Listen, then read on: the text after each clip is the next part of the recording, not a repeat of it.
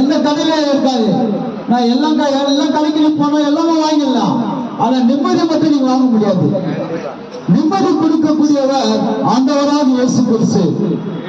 நான் உன்னை விட்டு விலகுவதும் இல்லை, நான் உன்னை கைவிடுவதும் இல்லை சொல்லக்கூடியவர் இயேசு கிறிஸ்து தான். பிரியமானவர்களே, நீங்கள் வருத்தத்தோடு கவலையோடு கண்ணீரோடு என்னை யார் உதவி செய்வார்கள், என்னை யார் நான் இந்த மாதிரி கஷ்டத்தில் இருக்கிற எனக்கு யார் ஆறுதல் சொல்லுவார்கள் என்று நீங்கள் ஏங்கிக் கொண்டிருக்கலாம்.